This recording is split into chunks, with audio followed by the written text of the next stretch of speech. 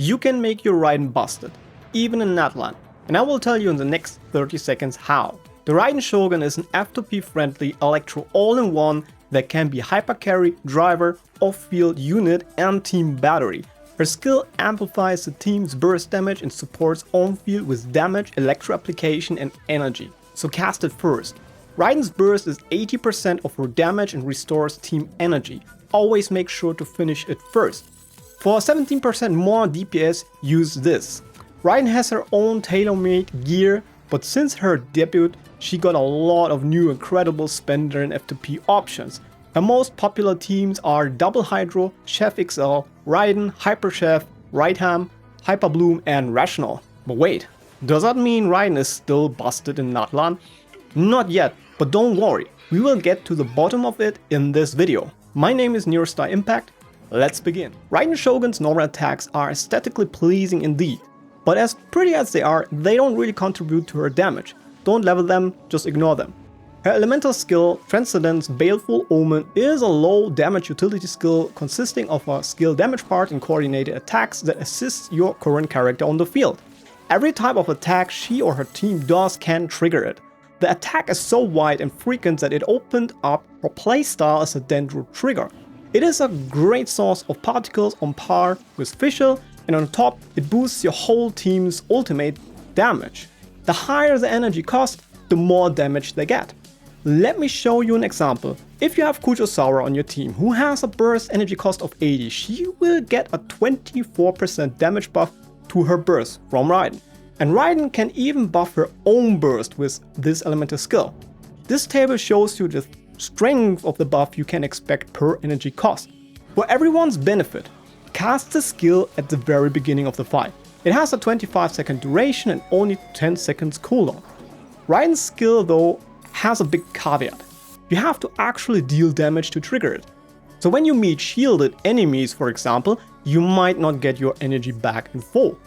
Her elemental burst, Muso no Shinsetsu, is basically where 80% of her damage comes from.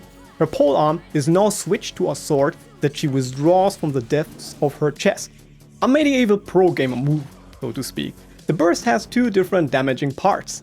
The Muso no Hitotachi, also known as the initial slash that deals up to 720% of her attack and damage, and the Muso Ishin, which infuses her normal charge and plunging attacks with electro damage. The damage is considered as burst damage, which is the reason why the emblem sets work with her and Beidou not. That's not all, because during her burst, she will also be immune to electrocharge reaction damage and her resistance to interruption becomes infinite. In that state, she fights until literal death, so you better have one eyeball on the enemy and the other on her health bar. Her burst has a fixed duration of 7 seconds. Since melee attacks have a hit lag, Hoyoverse made sure that her burst duration extends dynamically to make up for it. So in short, the burst is not fixed at 7 seconds as marketed, but can actually extend up to 9 seconds. There's also one thing you need to remember. During her burst, if you switch out to another character, it will immediately end. Also, in order to not waste the precious damage and the energy, it's best to make sure to finish the burst, gather the maximum energy for your entire team. The burst has an energy cost of 90, which in her case isn't too much of a big deal since she is a living battery. Her burst is not just packed, it's the most wordy thing that I've seen in Genshin Impact. So there's more. Chakra Desiderata.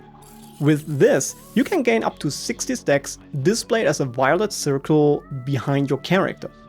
Each of its 60 stacks is represented on that circle and lights up one by one until the entire circle glows.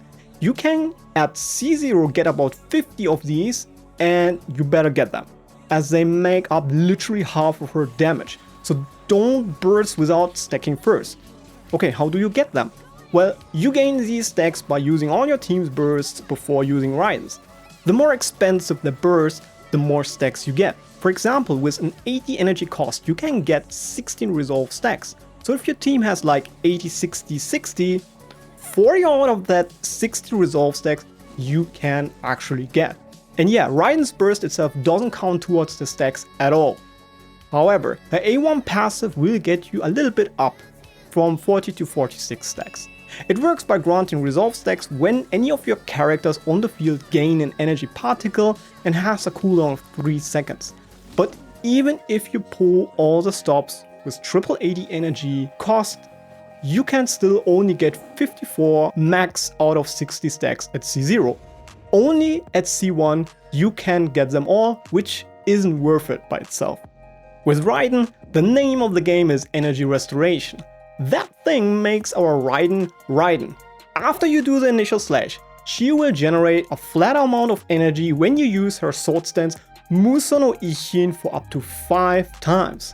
The restoration can only happen once per second, and this flat energy amount to your teammates will not be influenced by the personal energy recharge values. So, if for some reason you do not finish a burst, you will miss out on a big chunk of energy on every single team member.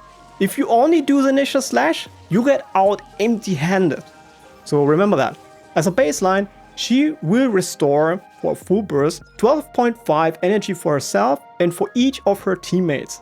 But with the help of the A4 passive, Enlightened one, she can restore even more energy. For every energy recharge point above 100, the amount of energy she can restore increases. At 200% ER, she will regenerate 20 energy for each team member. This table here shows the progression with more energy recharge. This passive also grants additional electro damage % bonus depending on her total energy recharge. As for the priority, go burst first and then the skill. And then when you feel like it, like wasting resources, then you can level her normals. And for Dendro, it really doesn't matter what you do. So when it's about artifacts, there are essentially 2 ways to go, on-field or off-field Raiden, with off-field being pretty much Dendro. If you go for Raiden double Hydro with Lady Furina as Stargast, then the Marichal Sea Hunter is a really good pickup. In this particular team, it is the strongest set you can put on Raiden, even outperforming her signature set by a small margin. But Furina is a 100% requirement in that. Massive crit stats, great value, and it's easy to farm. The emblem set though is still the best and your go-to for any other Furina-less team with Raiden as on-field DPS. Emblem is in the strong box, but the domain still remains a good place to go for as so many characters need it. The passive maxes out at 300% ER to get the full 75% bonus damage, which is a lot of ER even for Raiden. But even without considering weapon and substats, just slapping the set on Raiden will make her come out of the factory at 150% ER. However, if we talk about Raiden as an off-field Hyperbloom trigger, then things look a lot different. Here you can use Gilded Dreams or the Flower of Paradise Lost. Both sets will substantially increase the reaction damage and especially the Hyperbloom damage she will do. Paradise Lost will do about 2 to 3% more damage compared to Gilded Dreams. But if you don't want to farm the Wanderer set, you might want to stay away from that domain. Now, the main sets are a little tricky. Okay, Dendro Raiden is brain dead straightforward, so that's out of the way. Just slap triple EM and you're done. But DPS Raiden, on-field Raiden, that is a little different. Let's look at Furina Double Hydro and Hyper Chef. Double Hydro is crazy packed with damage bonuses but lacks attack sources for Raiden, and Hyper has a lot of attack from Bennett and Sarah but not that much damage % buffs. That's why double attack wins in Double Hydro. In Raiden Hyper it is energy recharge and Electro. But look a little closer what we got at rank 2. It's attack and Electro. It is consistently rank 2 and to be honest, it is close enough to 100%. So if you got a great attack and Electro piece on a complete emblem set, you're done here. It gets you everywhere, as long as you can provide the energy. But if you want to go even further beyond, that's where you would go for the rank 1 options and switch to the Hunter set for Furina Double Hydro. As for the artifact substats, get energy first. You can get away with less, but if you just want to be ready, no matter what party you are invited in, get 200% ER plus. After that, it's crit and attack %. Simple. And Dendro, I told you, just stuff EM all the way. The best 4-star weapons you can build on Raiden for a personal damage are the Deathmatch, Prospector and the Catch. At R5, they will all perform at about 80% to 90% of their signature's power level, the Engulfing Lighting. Note that Prospector needs Raiden to receive consistent heals in order to max its passive. The Deathmatch is a classic and out of the 3 mentioned does perform the best, but it works only best in single target and falls off when you deal with more than one enemy. The R5, the Catch, remains free and unbeaten in the bang for buck category. As for 5-star weapons, the Engulfing remains at the top and will probably for the rest of the game. This weapon gives you even more mileage for every bit of energy recharge you have by giving you an extra attack bonus on top of all the other bonies you get from her A6 for building energy recharge. And of course it makes playing her smoother as you don't need to worry about energy that much. The other 5-star options are Jade Winged Spear, Calamity Queller and Staff of Homer, which all perform neck on neck. As for Dendro Raiden, the Battle Pass weapon Ballad of the Fjords is best, followed by Dragon's Bane and the R1 Fjords. And then you got your 3 options, Ketine and Moonpiercer, who both are equal in value. And then comes the Missive Wind Spear. Or you go the Favonius Lance if you really need that energy for your team. As for teams, there has been a lot of change for Raiden since her debut, and those changes really helped her to stay relevant in the game, may it be as a support or as a DPS. Okay, DPS with a tiny asterisk, but I will get to that later once we discuss the teams. So, the newest star in town for Raiden is Double Hydro, with Lei Furina and Yelan being part of the strongest core in the game. It comes to no surprise that it is also Raiden's best team. It allows Raiden to switch from Emblem to Hunter and do even more damage. This team has very low ER requirements, plus a ton of cross synergy in this team where Raiden boosts Furina and Yelan and they do boost her in return. This team also just plays incredibly smooth. On top, it also spreads the burden to carry evenly on the team, which is a big boon with Raiden. In the past, this was a huge problem whenever you ran Raiden Hyper, as she had to carry alone, and you do not want to throw an entire burst on a boss that is on his last limb. You now have also more damage variety, so you are not out of luck if one enemy is tough to deal for Electro. And you don't have the issues of overload either, knocking back enemies and stuff.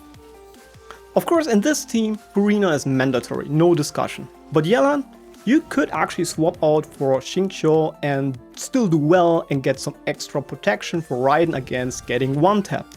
Especially with her interrupt resistance, you might not see Doom impeding until it's too late. He will also help Furina to deal more damage when you got his C2, so there's that. As for the healer, you really want one with global heals ideally to get the fanfare stacks quick on Furina. Jean is a great go-to as a lot of people lost their pity to her, or one, depending who you ask. She carries the VV Shred, helping both Electro and Hydro to deal more damage. Xianyun is a great side grade to Jean. Sadly, her plunge gimmick is kinda useless on Raiden, but the heal is portable now, so there's that. Then there's also one upcoming Natlan character who is gonna take this team further. I will come back at it in a minute. Then let's look at Dendro. Dendro is a reason why Raiden remained relevant to this day, and the damage she causes despite making no use of her kit whatsoever is huge, especially since she doesn't have to be on field for that. You can pair her up with Nahida, Xingqiu and Yelan. Sure, you will have to put Nahida on prototype Amber duty to have a chance of making it out alive, but it will work. But if you want to play the game even more on hard mode, you can swap Xingqiu for Alhaven. This team does the same damage as the regular Quick Bloom, so it's more of a matter of preference what you want to play. To make life easier, you can though in this variant swap Nahida for Baiju and play Xingqiu instead of Yelan to make this a lot more bearable. Then we got Overload, which used to be all about funneling damage into Raiden and make her the main character. Now Xiangling steals some of the light. You play this with Raiden's trusty old General Kuju Sara. It used to be a good team, but it fell off over time, and Chevreuse couldn't solve that. But it helped that she at least freed up Kazuha for other teams. The problems of overload with knockbacks remain. You also run often into the issue where you are done dealing damage, but the enemy is still barely alive and time is ticking. It's not as bad with jungling on board, but back then with Raiden Hyper, where Bennett is played in her stead, it was real pain in the butt cheeks. Playing pure Hyper looks great on screenshots, but it is certainly very inconvenient to play. It has fallen off completely and can't compete at all to double Hydro nowadays. Rational is more stable to play, but it is, despite having Yelan, Bennett and Xiangling, the weakest Raiden team in this list, so I can't recommend playing it either in this day and age. Looking at the teams, you might wonder if it's even worth to build Raiden as an on-field carry in this day and age, especially at C0. And with their older Hyper and Rational teams, I certainly don't think so. The teams focusing the most on buffing her and making her the main character are literally her worst teams. But luckily, Double Hydro has given Raiden an olive branch. It achieves almost 88k DPS or 1.75 million damage per rotation. It won't beat the likes of Arlecchino or Neuvillette in their best teams, but you can compare the performance of C0 Raiden Double Hydro to Clorin's or Riesle's performance.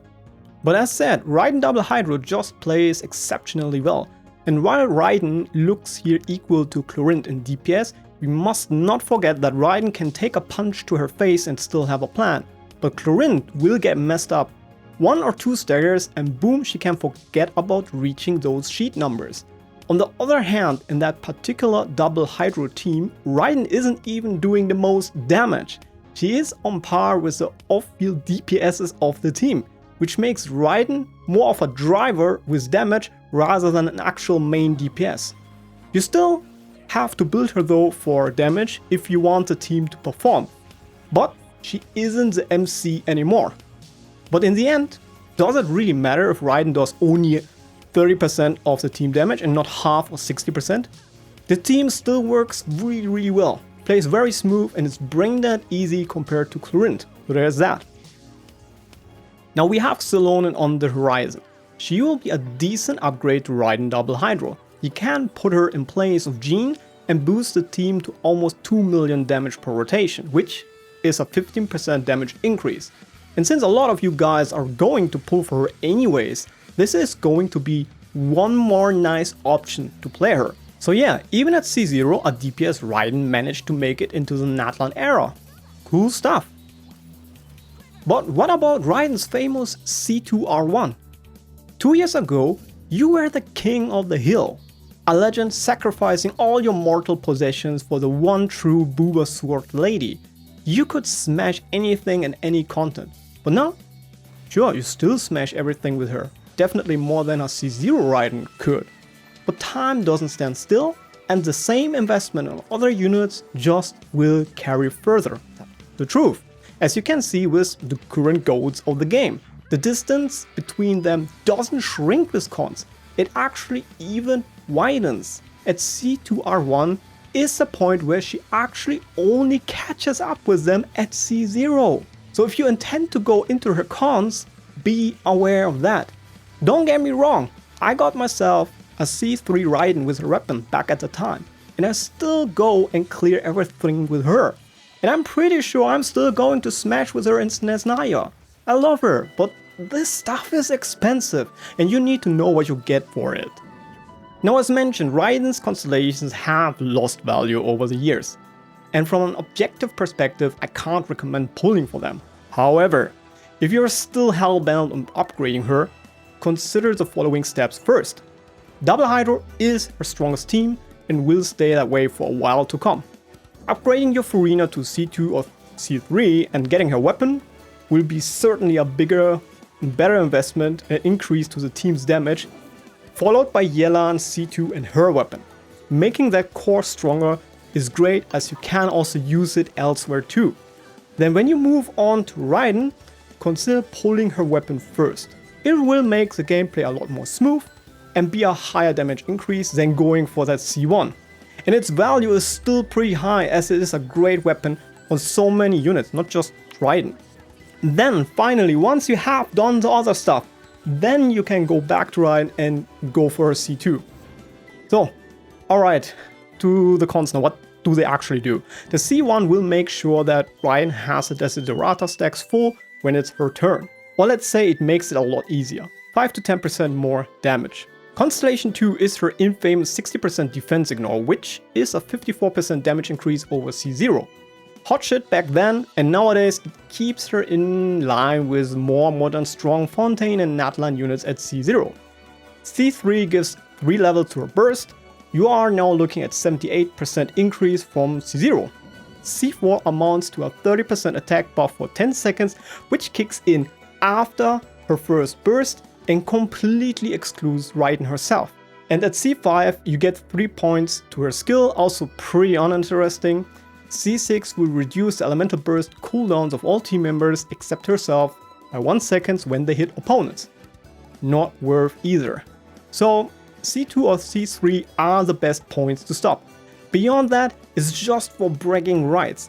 And at that point, man, you really need help. Alright, I think it's great that even in 2024 you can still build a C0 on-field Raiden and still succeed. And with Dendro, she is overall a solid DPS. And don't forget about her supportive capacity. She is still a great unit and she is an Archon, so come on, get her. This has been Nearest Impact, signing out.